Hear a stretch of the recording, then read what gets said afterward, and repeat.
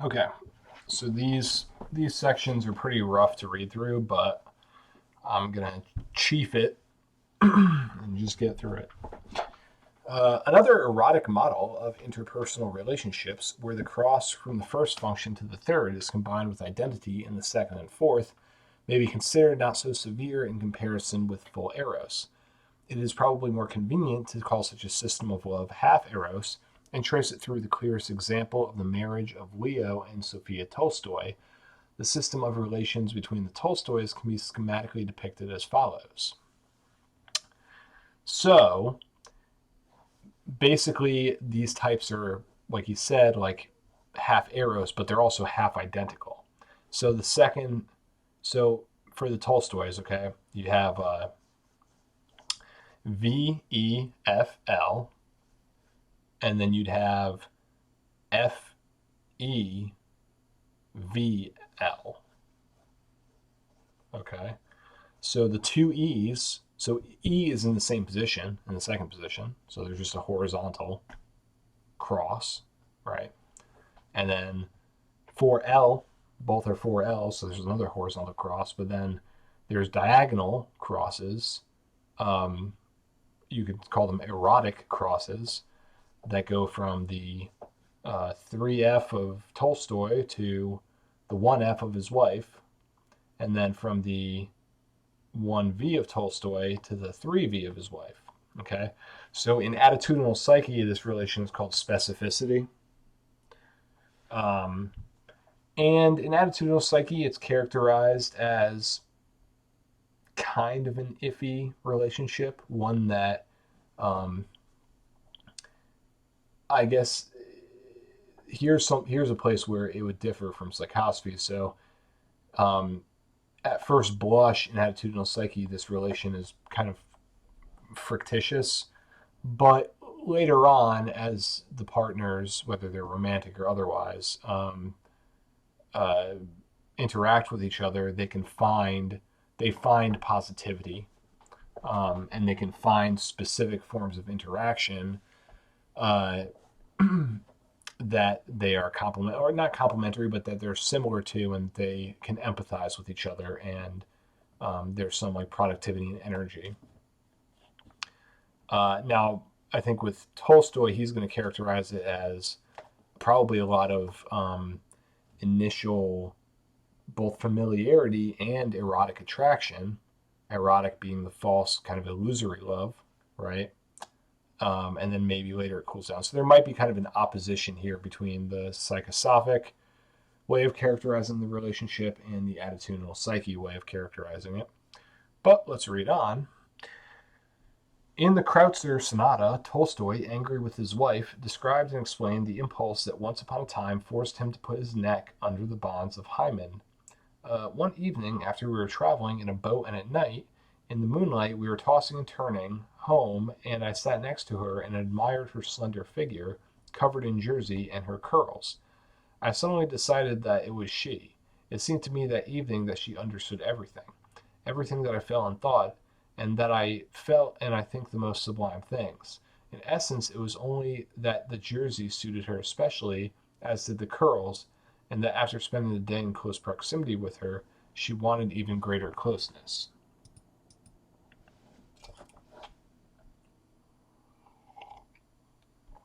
Despite the belated sarcasm and caricature of the description of the motives that pushed the writer to the young Sophia Burrs, it is essentially true. The latent hypersexuality of Tolstoy's third physics was indeed a major factor in his choice. Looking at the young, strong, healthy, beautiful excess of flesh of the bride, he, however, not only became aroused, but also hoped that near this young female, his own weak flesh would become younger, stronger, healthier, more beautiful, that by putting them together dignity, they will give birth to numerous, perfect, beautiful offspring in both spirit and body. But alas, much of what Tolstoy dreamed of at that time was not destined to come true. Out of anger, Tolstoy probably omitted several more important circumstances in the Kreutzer Sonata that influenced his choice. In addition to the alien but extremely attractive physicality of Tolstoy, Sonia Burge had qualities in which one could discern not the opposite of him, but a kindred spirit. According to the fourth logic, she also did not place a high value on the arguments of reason, and according to the second emotion, she had no less strength and wealth of experiences. It did not escape Tolstoy's attention that Sonya was controllable and obedient, and this habit of the bride's character also came to his heart, although he himself was not distinguished by obedience. Later, having elevated Chekhov's faceless darling to the standard of a woman, Tolstoy confirmed this attractiveness of weak-willed women for him, and his wife wrote directly and briefly in her diary, he needed a woman who was passive, healthy, dumb, and without will.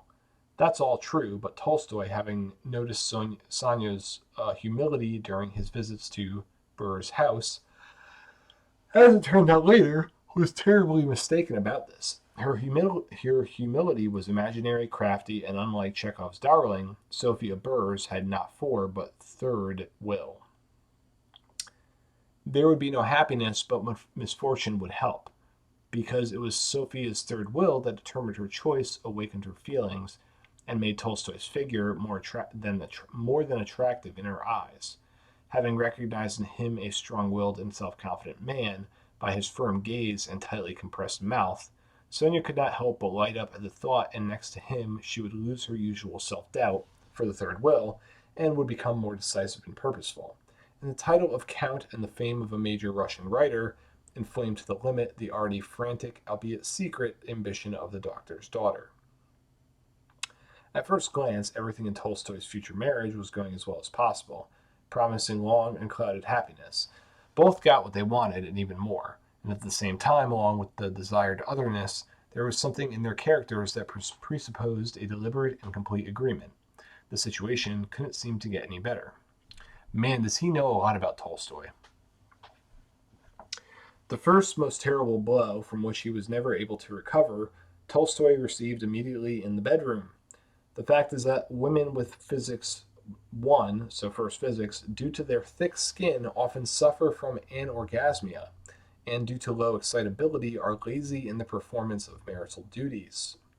Whereas people with third physics tend not only to put all their soul and energy into sex, but are also sexual altruists, for whom clear evidence of the pleasures experienced in their society is almost more valuable than their own pleasure. Comparing these features of two different physicists, it is not difficult to imagine what tragedy played out in Tolstoy's bedroom. For him, the physical side of love plays a big role. It's terrible. I don't have one, on the contrary, Tolstaya wrote in her diary, marking with this entry only the tip of the iceberg that was forever planted in her bedroom. The conflict, however, was much deeper than a simple conflict between sexual passion and laziness. The point is not whether Tolstoy's wife refused intimacy or not, but that there was no reaction on her part to this intimacy. No matter how much ardor Tolstoy put into his wife's young, blossoming body, he did not hear any echo from it in response to his labors. A particularly terrible conclusion for Tolstoy's third physics suggested itself. If such an intoxicating body, clearly created for love bliss, is silent in his arms, then the problem is not with her, but with him. He is not a man. There is something to be horrified and despaired about. Okay. I am sure that it is with this secret tragedy of Tolstoy, perhaps not even fully realized by himself, that in the mysterious fact of his biography of the first years of marriage is connected. An obsessive thought about suicide, a thought so persistent that he even hid the ropes from himself, fearing to hang himself. Echoes of the experiences of those years can be found in Anna Karenina's The Kreutzer Sonata Diaries. Can be found in Anna Karenina, The Kreutzer Sonata Diaries, and their reliability is beyond doubt. It's just that we now know their source, the contradiction between his third physics and her first physics.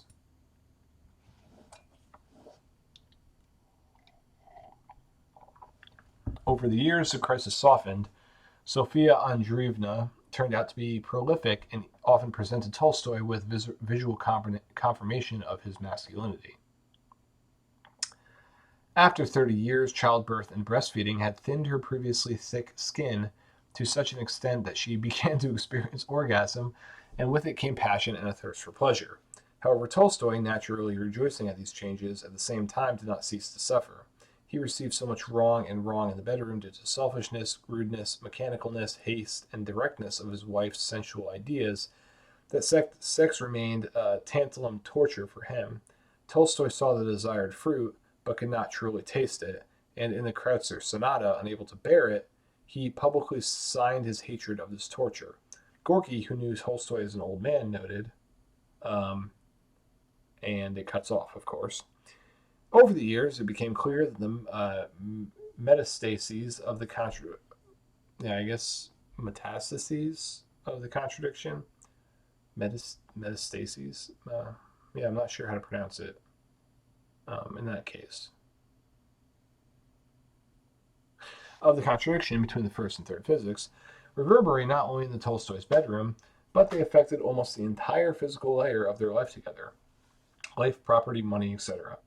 It turned out he is almost an ascetic. She adores luxury. He is non-resistance. She beats children and surrounds the estate with armed guards. He is wasteful and prone to grand gestures. She is stingy.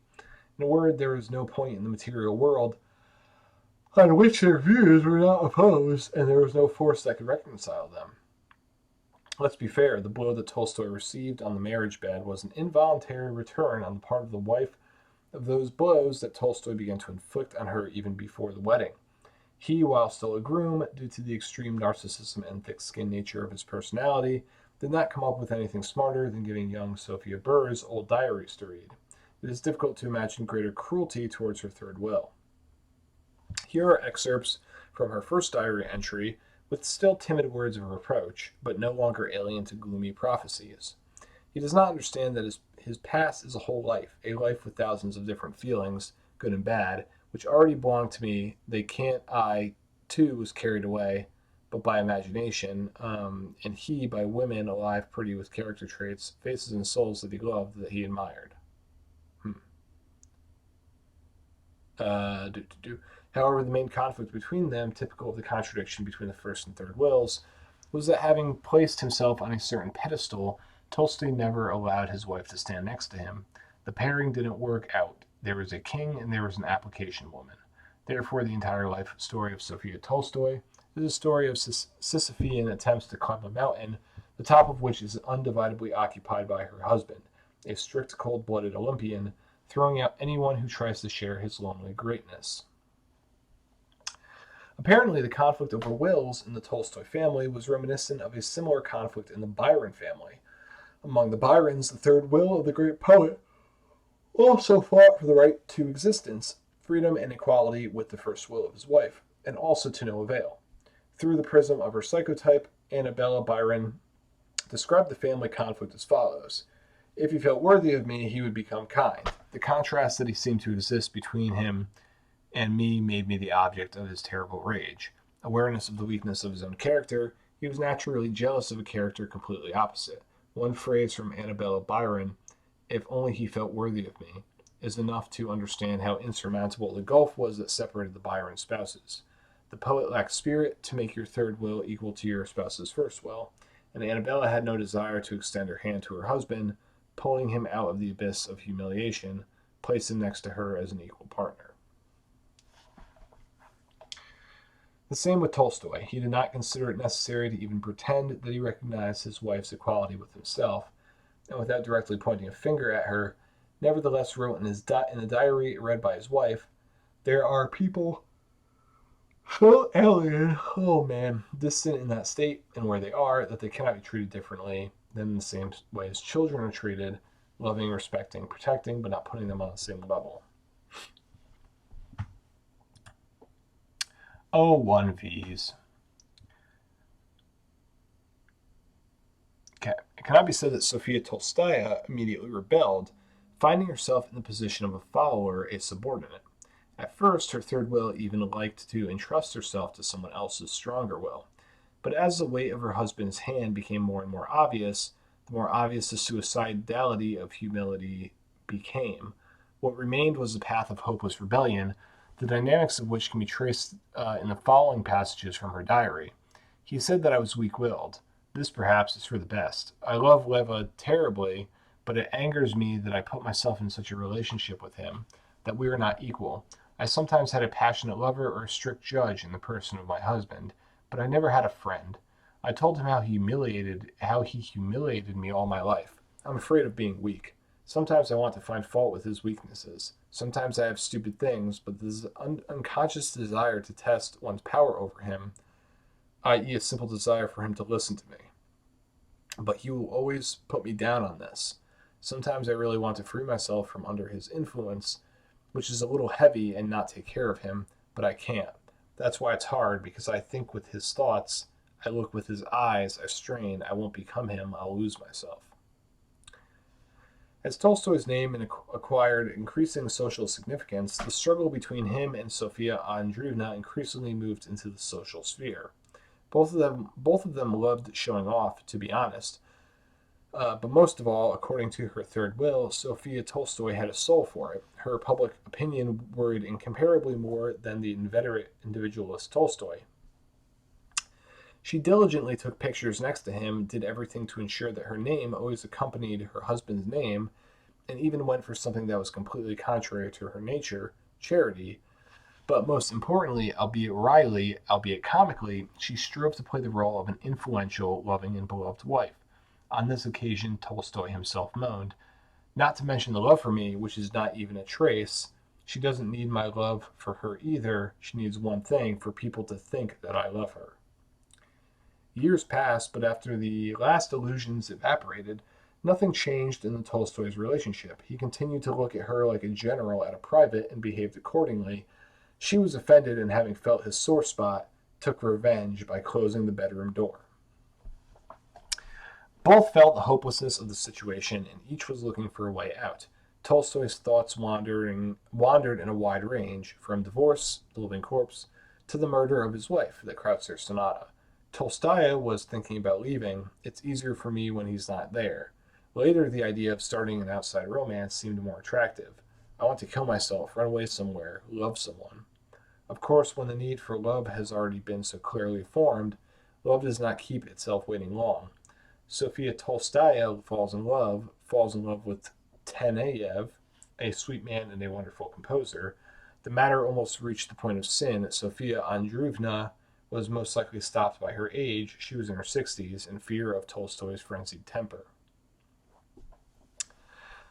After the affair with Taneyev is successfully resolved and it becomes clear that a change of fate will no longer take place, Sophia Tolstaya abruptly changes her priorities. She seems to fall in love with her husband again, and having previously lived with him almost on the road, begins to literally pursue him. However, as it turns out, Tolstaya was late here too. The leash of sensuality on which she led Tolstoy all his life became longer and thinner as he aged, and by his 80th birthday, it broke completely. In addition to herself, many more people were vying for a place next to Tolstoy, grown children, like-minded Tolstoyans. It turned out that before starting another hopeless and previously lonely attempt to climb onto the pedestal with her husband, it was still necessary to elbow the crowd of competitors with her elbows. Therefore, she spent the rest of her life not fighting Tolstoy himself, and I'm guessing it's going to say, but Tolstoy's admirers. The kind of humiliation that the constantly kindled but never satisfied ambition of the third will is capable of can be seen in the behavior of Sophia Tolstoy shortly before her husband's flight from Yasnaya Polyana.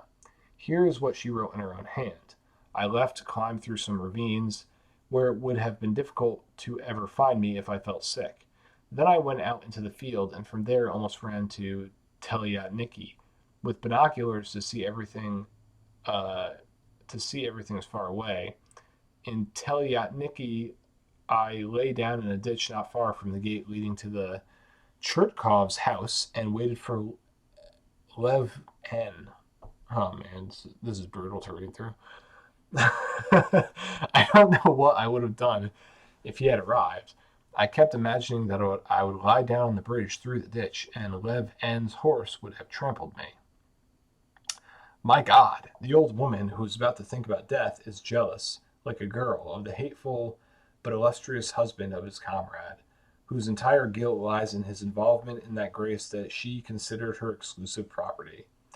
Tolstoy paid back his tormentor in the most merciless way.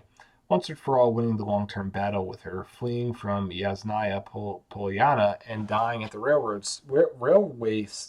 railway station, not in her bed and not in her arms. Sophia Tolstaya, of course, would not be herself if she had not tried to win back at least a few points in this hopelessly lost game. At first, she faked suicide. Then she went to the station to see her dying husband and tried to manipulate the journalist there. Uh, Son, Sergei Lvovich, wrote with pain, "Mom has become calmer, but her views and thoughts have not changed. The same selfishness and constant thought only about herself. She constantly talks and loves to talk at the station, where all the correspondents eagerly listen to her, and we sit like on pins and needles, hence all the dirt that appeared in the newspapers."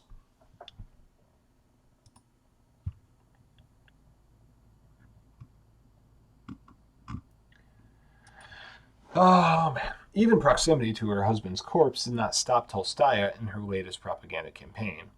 Boris Pasternak, while still just a child, accompanied his father, a famous artist who was supposed to make a drawing of the dead Tolstoy, and remembered the following picture. Those who said goodbye were removed from the room. When we entered it was empty. From the far corner, a tearful Sofia Andreevna quickly stepped towards her father and, grabbing his hands, frantically and intermittently said through her tears, "Oh, Leonid Osipovich, what I suffered. You know how much I loved him." She made excuses and called her father to witness that she was superior to her rivals in devotion and ideological understanding and would have saved the deceased better than them. So now, in an absentee dispute with the cold corpse of her husband, Countess Tolstaya ended her many years of struggle.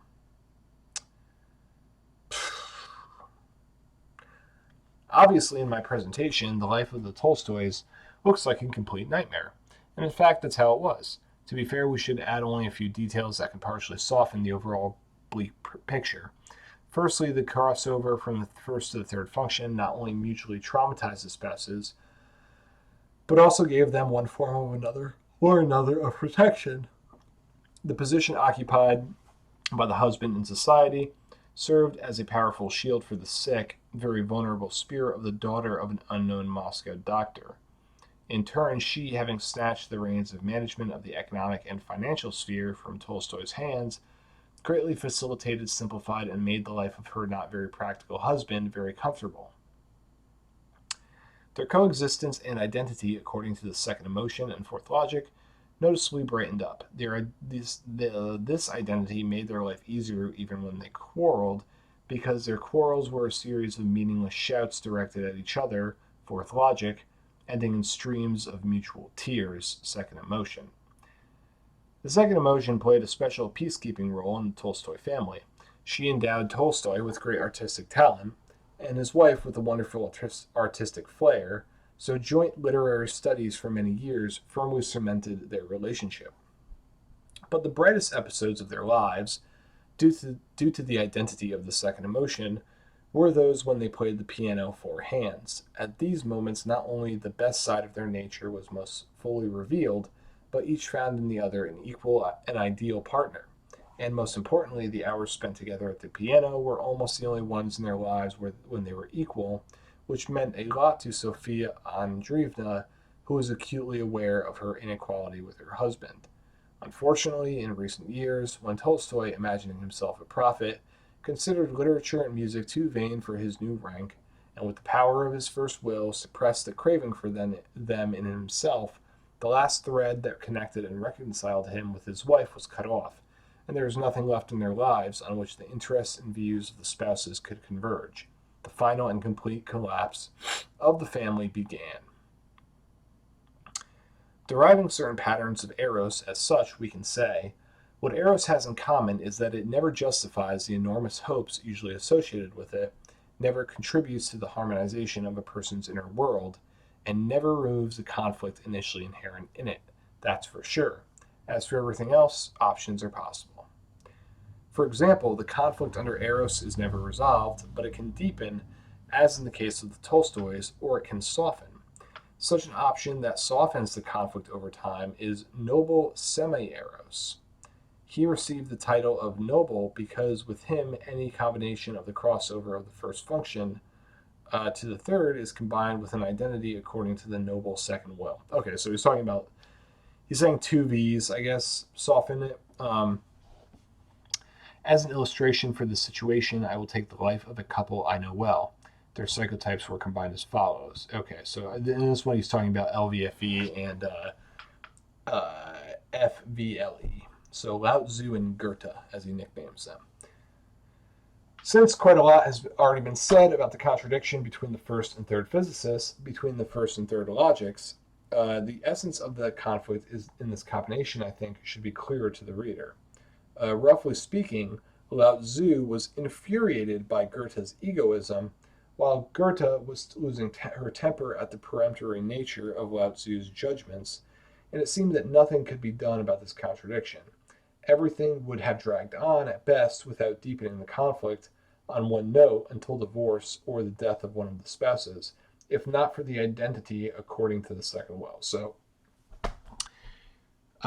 yeah, the Goethe in this relation, the FVLE, was, I guess, egotistical, and that somehow relates to first physics. And then Lao Tzu was being, a 1L dogmatist. And it would have been bad, but because they're two V types, that kind of softens things. Okay. At this point, it should be remembered that the second will is a strong and flexible will. A reminder of this is useful because the nobleman, when exerting or feeling pressure, has sufficient strength and flexibility for both active offensive actions and concessions. Shifting the conversation to the marriage plane, we can say that the nobleman has enough persistence when imposing his system of values on his partner, and enough tolerance and receptivity when someone else is imposed on him with the same tenacity. Therefore, noble half Eros has that specific feature that the conflict between spouses is not removed, but thanks to the will, it is noticeably softened and the partners find themselves at the finish line closer to each other than at the start. Okay. That characterization is kind of how Rob in Attitudinal Psyche, how he characterizes the specificity relation in general. And we've been talking about specificity relation for the past, 30 minutes or so. Okay. Such a gradual rapprochement also occurred between the spouses in the pair known to us, Lao Tzu, Goethe.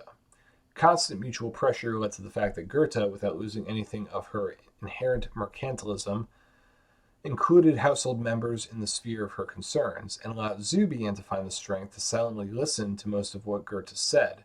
It seemed that a little more, and their mutual rapprochement would lead at some point to complete identity of values and positions. But this is an illusion. The tolerance shown to each other in this case did not change anything in the value system of the spouses, but only softened the conflict, simultaneously softening the severity of mutual perception. Love-hate was replaced not by hatred, but by a more neutral and rounded form of relationship.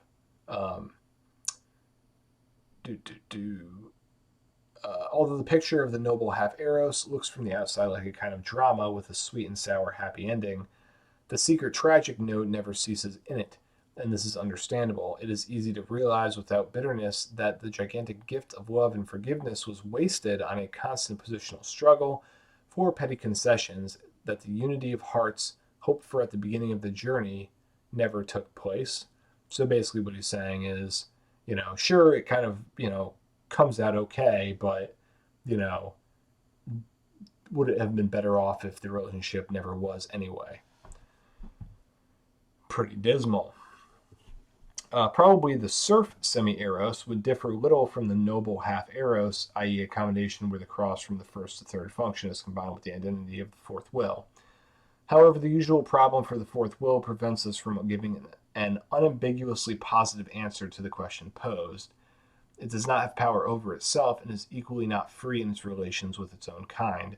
Therefore, often the policy in relations between spouses Therefore, often the policy and relations between spouses in serf semi-Eros is dictated not by internal contradiction and agreement of functions, but by a third outside force with a stronger character. There is no better illustration of the problems of serf semi-eros than the relationship between the spouses Therese and Jean-Jacques Rousseau. So let's turn to their psychotypes. I would say, yeah, it's kind of interesting how, like an attitudinal psyche, the type relations are completely independent of the actual like aspects and nature of the type. So, in other words, like in attitudinal psyche, when we're talking about the specificity relationship, which is the one he's been going on about, um, the nature of that relationship is going to be basically the same between all the possible combinations. Okay. Um, Whereas for Afanasiev, it's like, well, no, if this relation involves types that are second will, it's going to be quite different from types that involve, you know, the fourth will. So it's kind of interesting how for him it's like just straight up certain types. The nature of the relationship is going to depend on the actual like types that are in the relationship rather than just the structure of the type of relationship. Uh, so yeah, I don't know what to make of that. I mean, he has a more all-encompassing view of psychosophy than attitudinal psyche. Attitudinal psyche is a little more reserved and compartmentalized because it attitudinal psyche offers room for other typologies and just more to personality. Whereas for in psychosophy, it's like no, this is basically like most of personality. Um, so everything has to be explained within its realm. Okay, let's see if I can get through. I think it's just one more page. Okay. So we're comparing the ELFV with the FLEV. Yep.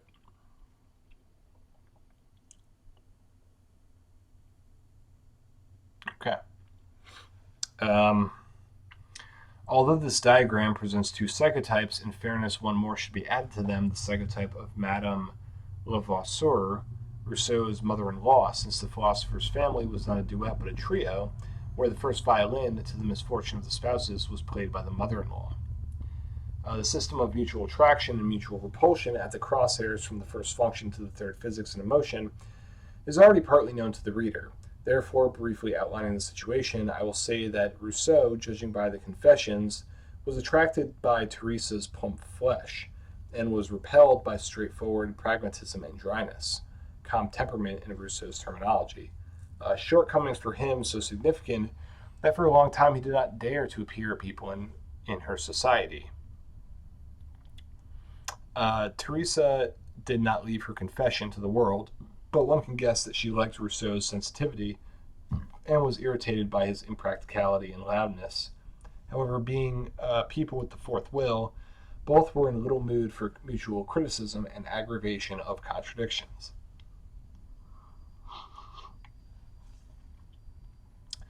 In addition to the attractive and irritating otherness, Jean Jacques and Teresa felt that their natures had something inherent in them that from the very beginning unconditionally made them similar.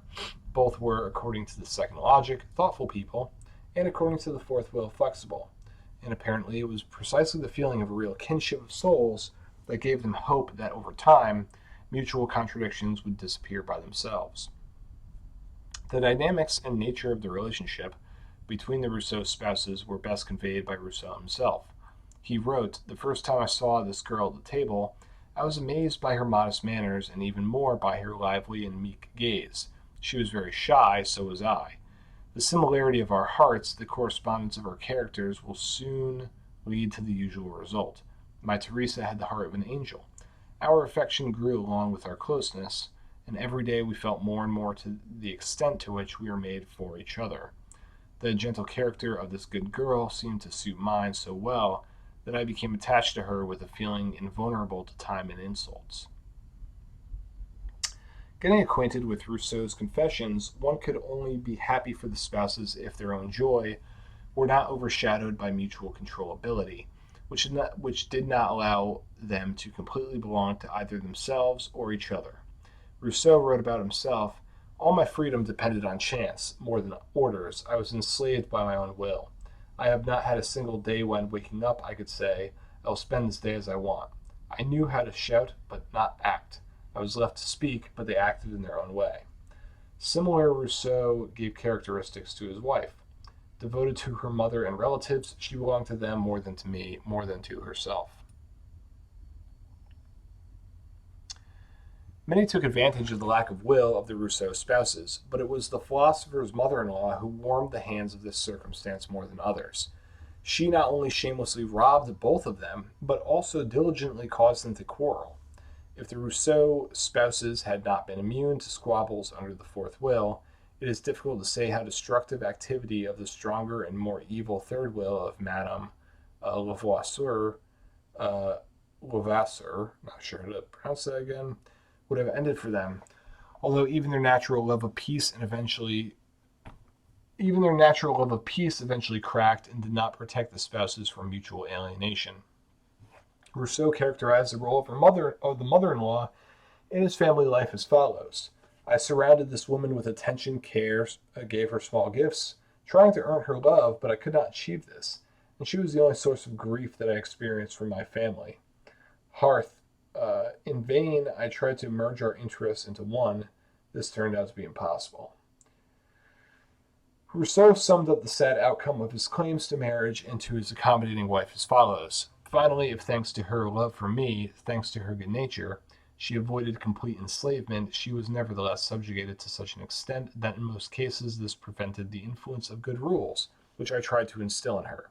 And no matter what measures I took, we always remained separated." Using the example of the history of the Rousseau spouses, the specificity of the serf semi-eros is clearly visible. So, that's interesting. He calls it, or he characterizes it as specificity. So I wonder if that's where Rob got that label from. The partners never get to each other in order to fully experience the bitterness of internal contradictions and the sweetness of mutual recognition. There are so many people lined up between them that they have no opportunity to be face to face for any length of time. Therefore, the question of how relationships develop under serf semi-eros always remains debatable, depending more on the psychotypes of relatives and acquaintances than on the psychotypes of the spouses themselves. As for Eros in general, i.e. any combination where there's a crossover from the first function to the third, then characterizing it, I will not be afraid to repeat myself. Love Eros is the brightest, most exciting, and most barren of all feelings. It multiplies and destroys gigantic hopes, gives nothing, and at best does not turn the initial love hate into just hatred. What follows is silence. So that was it for Eros. It's interesting that it says that Eros proper is the crossover from the first function to the third. Again, and remember, this is always the first function of aspect X to the third function of aspect X, not to some other aspect Y. It's always like to like. But it's interesting that reading this over, I realized that he doesn't call the second and fourth crossover Eros. I don't know if he ever has a term for that. But yeah, that is, I guess, yeah, I mean, I'm not sure. He doesn't approach it as systematically as attitudinal psyche has. But yeah, so, some interesting stuff in here. This section is kind of rough because it's a lot of just going over characters from history and their dismal relationships. And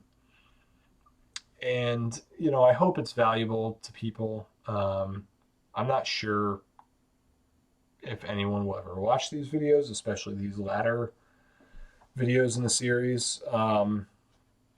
But I hope you're getting something out of it, even if it's just that you didn't want to read the book yourself and you just wanted someone to read it for you, to listen to, I'm happy to do that.